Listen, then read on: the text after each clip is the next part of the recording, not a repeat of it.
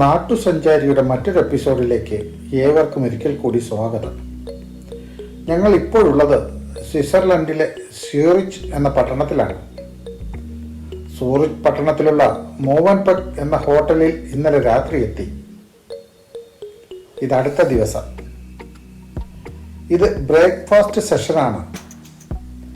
വിഭവങ്ങൾ എന്നത്തെയും പോലെ തന്നെ.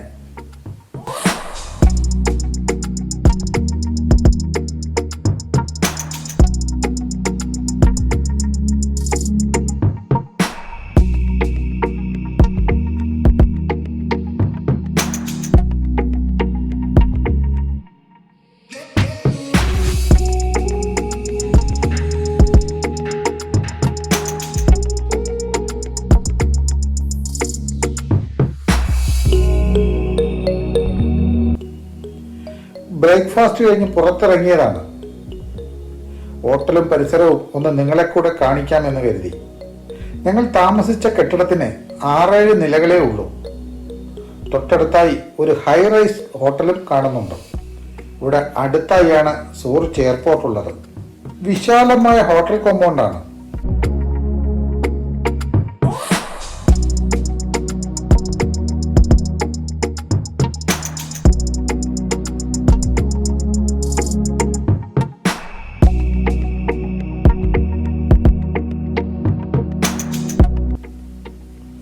മറ്റു പല ടൂറിസ്റ്റ് ഗ്രൂപ്പുകളും ഇവിടെ ഉണ്ട് എന്ന് തോന്നുന്നു. അവർ വന്ന വാഹനങ്ങളാണ് ഈ കാണുന്നത്. എന്നത്തെയും പോലെ 9 മണിക്ക് യാത്ര ആരംഭിക്കാനുള്ള തയ്യാറെടുപ്പിലാണ് ഞങ്ങൾ. ഇതുവരെയും 9 മണി എന്നത് തെറ്റിയിട്ടില്ല.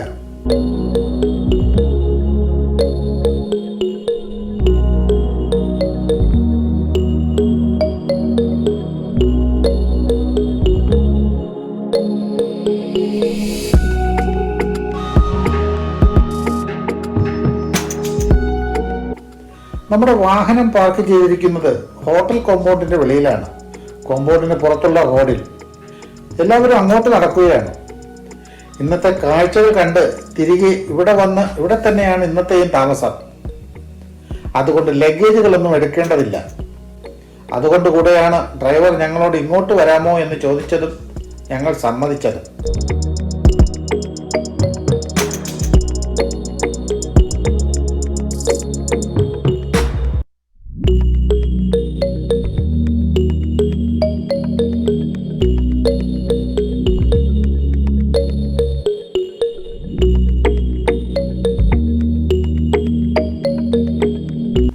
കൃത്യം 9 മണിക്ക് യാത്ര തുടങ്ങി.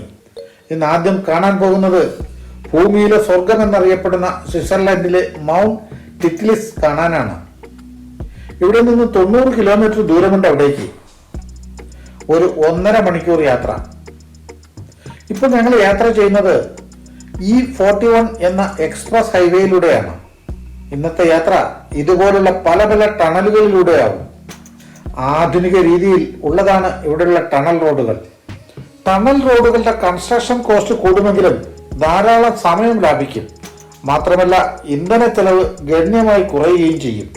ഇത് മറ്റൊരു ടണൽ. മല തുറന്നുള്ള റോഡ് നിർമ്മാണം പരിസ്ഥിതിയെ ബാധിക്കുകയില്ല. അതായത് കാട് വെട്ടിത്തളിച്ചല്ല ഈ റോഡുകൾ നിർമ്മിക്കുന്നത്. വനസംരക്ഷണവും മലയിടിച്ചുള്ള റോഡ് നിർമ്മാണത്തിന്റെ ഫലമായി ഉണ്ടാകാറുള്ള ലാൻഡ് സ്ലൈഡുകളും ഒക്കെ ഒഴിവാക്കുകയും ചെയ്യാം. സ്വിറ്റ്സർലൻഡിലെ ഏറ്റവും നീളം കൂടിയ ടണലാണിത്. സെന്റ് ഗോഥാർഡ് ഉറി ടെൻഷൻ ടണൽ എന്നാണ് ഇതിന്റെ പേര്.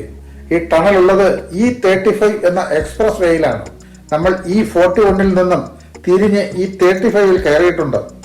ഈ ടണലിന്റെ നീളം 16.918 കിലോമീറ്റർ ആണ്.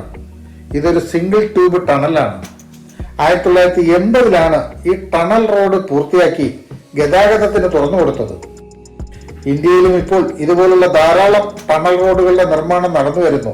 അവയിൽ പൂർത്തിയായവയും ഉണ്ട്.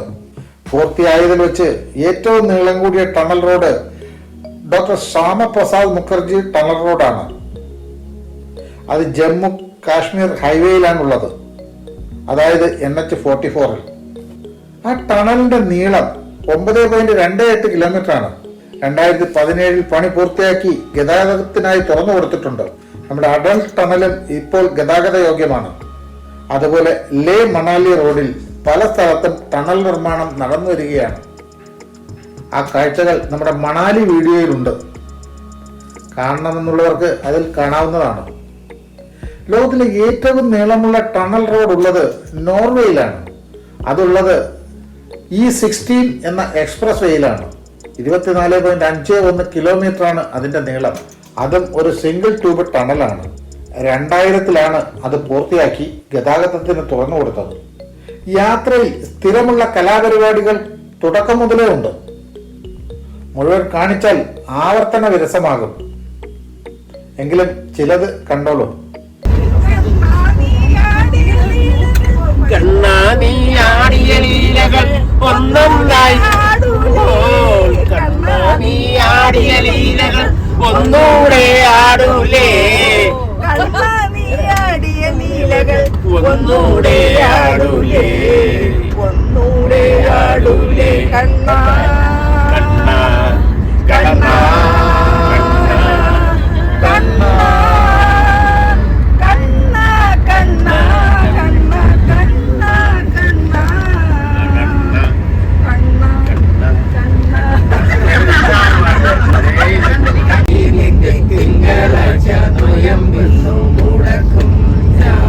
മാത്രം വീടാ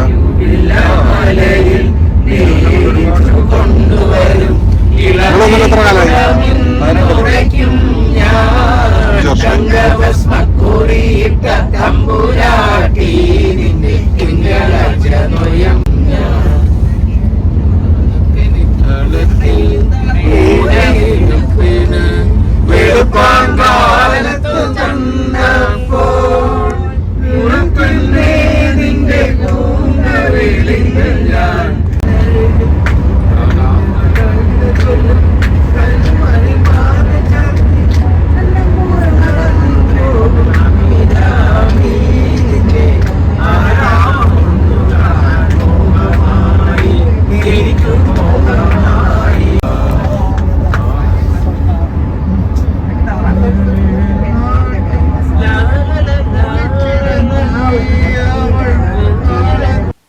ഇതാ മറ്റൊരു ടണൽ. ഇതിന്റെ നീളം 7 കിലോമീറ്ററാണ്.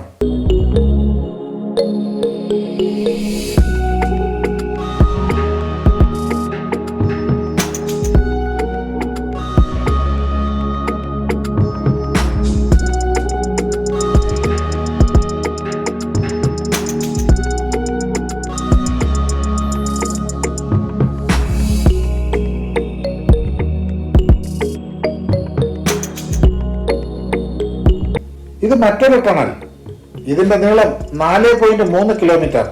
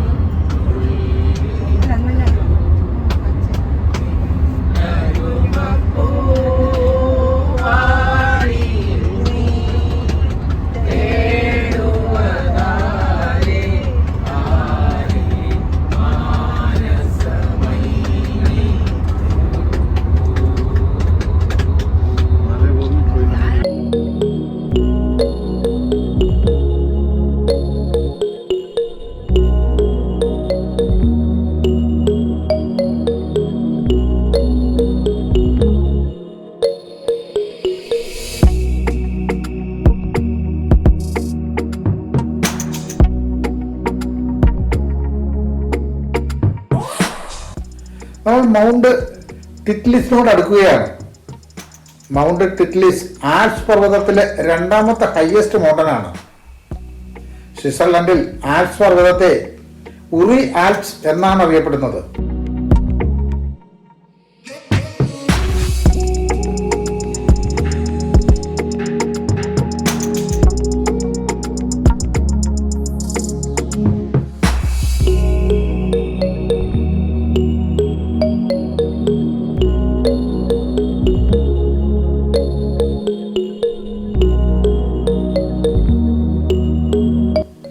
നമ്മളിപ്പോൾ ഒരു വില്ലേജിലെത്തി. നല്ല സുന്ദരമായ ഭൂപ്രദേശം. റോഡിന് ഇരുവശവും പുൽമേടുകളാണ്. അത് കഴിഞ്ഞാൽ ഇരുവശത്തും മലകളും. ഇടയ്ക്കിടയ്ക്ക് ചില കെട്ടിടങ്ങളുണ്ട്. ഈ റോഡിന് സമാന്തരമായി ഒരു റെയിൽവേ ലൈനും കാണുന്നുണ്ട്. ഏഞ്ചൽബർഗ് എന്ന വില്ലേജിലാണ് മൗണ്ട് ടിറ്റ്ലിസ് സ്ഥിതി ചെയ്യുന്നത്. അങ്ങോട്ടേക്കാണ് നമ്മൾ പോകുന്നത്.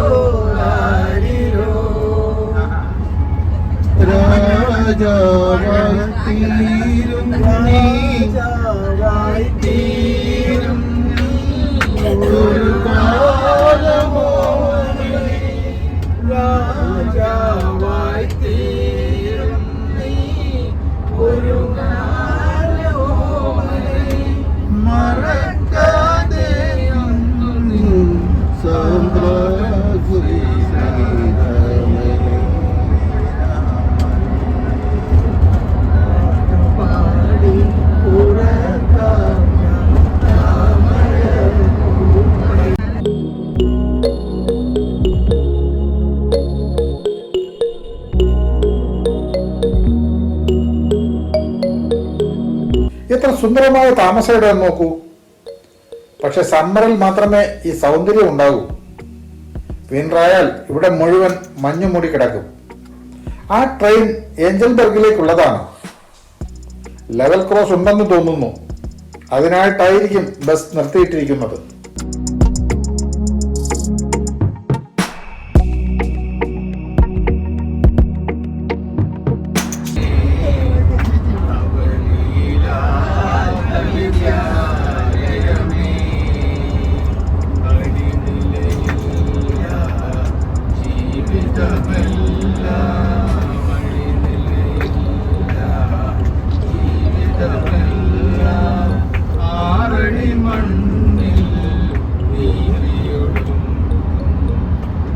ആ വലതുവശത്തുള്ളൊരു വാട്ടർഫാൾ കേട്ടോ. എത്ര ഉയരത്തിൽ നിന്നാണ് അത് താഴേക്ക് പതിക്കുന്നതെന്ന് നോക്കൂ. ഈ ട്രെയിൻ ഏഞ്ചൽബർഗിൽ നിന്നും ലൂസേണിലേക്ക് പോകുന്ന ട്രെയിനാണ്. ലൂസേൺ കഴിഞ്ഞാണ് നമ്മൾ ഇങ്ങോട്ട് കടന്നത്.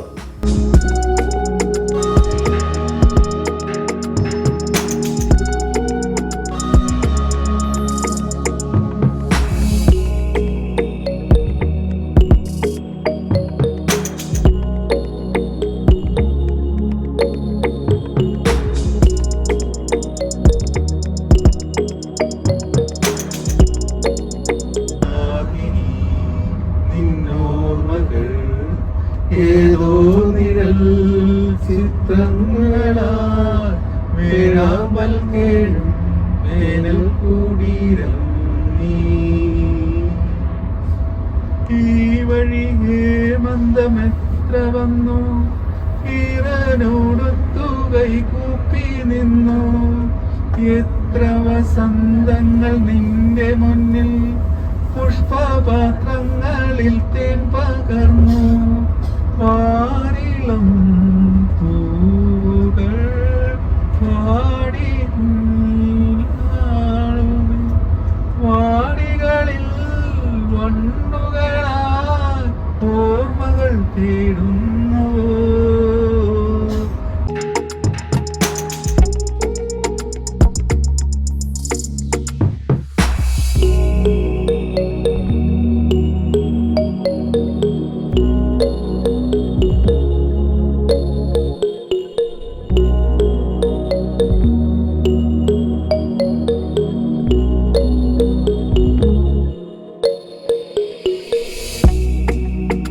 നമ്മൾ മുകളിലേക്ക് കയറി തുടങ്ങി. വളഞ്ഞു പുളഞ്ഞുള്ള റോഡാണ്. മഞ്ഞുമലകൾ കണ്ടു തുടങ്ങിയിട്ടുണ്ട്. അവിടേക്കാണ് നമ്മൾ പോകുന്നത്.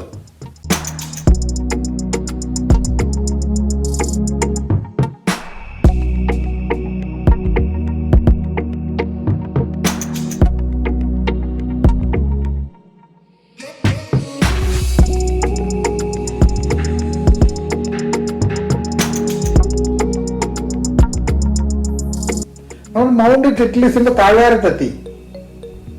ഇവിടെയാണ് വാഹനങ്ങൾ പാർക്ക് ചെയ്യേണ്ടത്. മല കയറുന്നത് കേബിൾ കാർ വഴിയാണ്.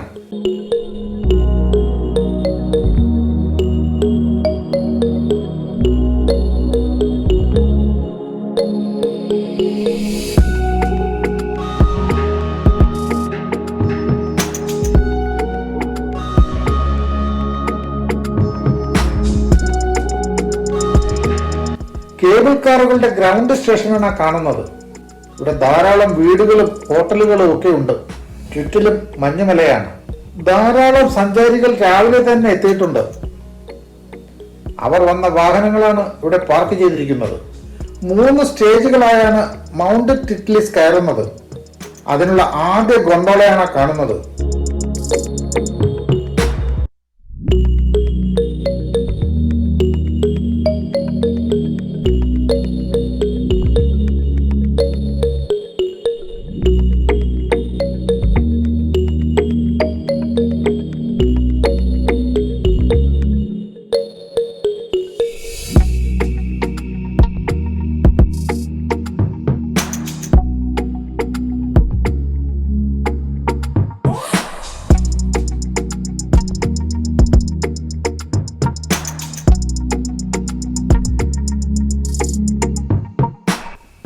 എല്ലാവരും വലിയ സന്തോഷത്തിലാണ്. നല്ല തണുപ്പുമുണ്ട്. മുകളിലേക്ക് കയറുന്തോറും തണുപ്പ് കൂടും. എല്ലാവരും തണുപ്പിനെ പ്രതിരോധിക്കാനുള്ള ഡ്രസ്സുകളൊക്കെ ഇട്ടിട്ടുണ്ട്. ഇവിടെ നിന്ന് ടിക്കറ്റ് എടുത്താണ് മുകളിലേക്ക് പോകേണ്ടത്. ടൂർ മാനേജർ ടിക്കറ്റ് എടുക്കാൻ പോയിരിക്കുകയാണ്. ഞങ്ങൾ ഇവിടെ കാത്തു നിൽക്കുന്നു.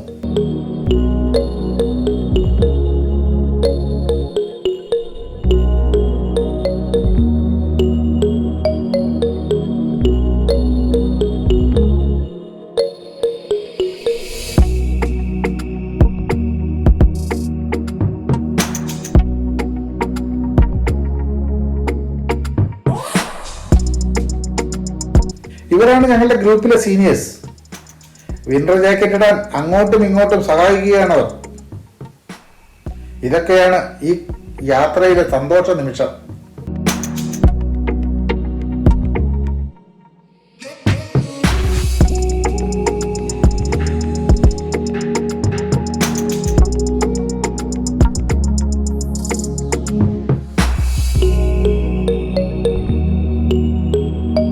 ടിക്കറ്റ് കിട്ടി. ഇനി ഇവിടെ നിന്ന് മുകളിലേക്കുള്ള യാത്ര ആരംഭിക്കും. നമ്പേഴ്സ് എഴുതിയ ഒരു ടിക്കറ്റാണ് ലഭിച്ചത്. അത് നമ്മുടെ ശരീരത്തിൽ കാണാവുന്ന എവിടെയെങ്കിലും ഒട്ടിക്കണം. അതിൽ ഒരു QR കോഡും ഉണ്ട്. ഒപ്പം ലഞ്ചിനുള്ള കൂപ്പണും. ആ കൂപ്പൺ നഷ്ടപ്പെട്ടാൽ ഫുഡ് കിട്ടില്ല.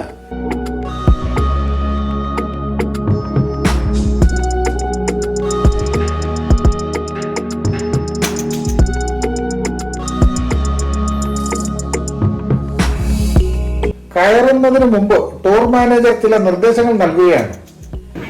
61 നമ്മുടെ നമ്പർ. ഞാൻ സ്റ്റിക്കർ കൊടുക്കാം, സാറ് ടിക്കറ്റ് കൊടുക്കുമോ കേട്ടോ?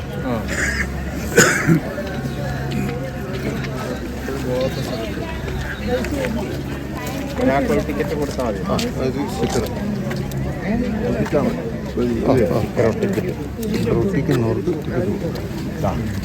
മിസ്സായി പോരുത്. 61 നമ്മുടെ നമ്പർ. 61 ഇത് പോയാൽ പിന്നെ ബുദ്ധിമുട്ടാവും.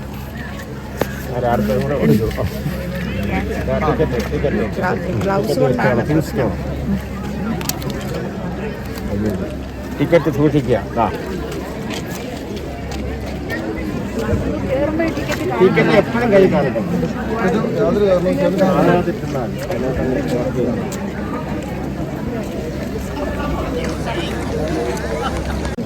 അത് കിട്ടൂലടാ. നീ വരും.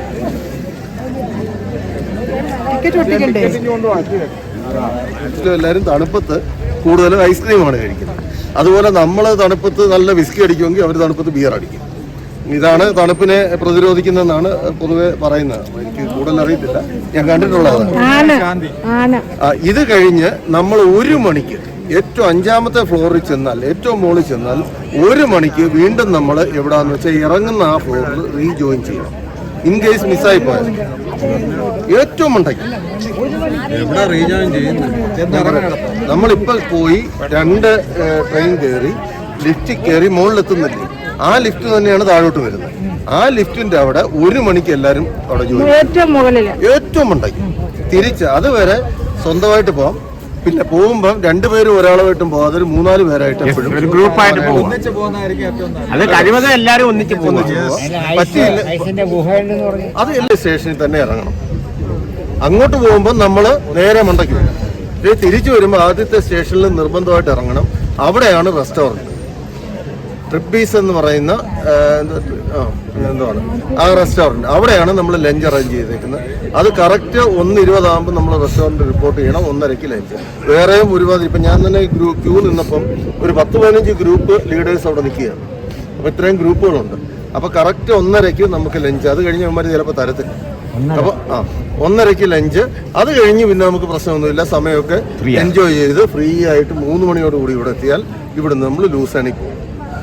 ഇതാണ് പ്രോഗ്രാം കേട്ടോ. 1 മണിക്ക് അവിടെ ക്യാമ്പയിൻ ചെയ്യുക, അന്നേരം ഈ ലഞ്ച്. വിവരണമൊക്കെ കഴിഞ്ഞൊരു ഗ്രൂപ്പ് ഫോട്ടോയും എടുത്ത് ഞങ്ങൾ മുകളിലേക്കുള്ള യാത്ര ആരംഭിക്കുകയാണ്. സുന്ദരമായ ആ കാഴ്ചകൾ അടുത്ത എപ്പിസോഡിൽ. ഈ എപ്പിസോഡ് ഒരു യാത്രയുടെ എപ്പിസോഡായിരുന്നു.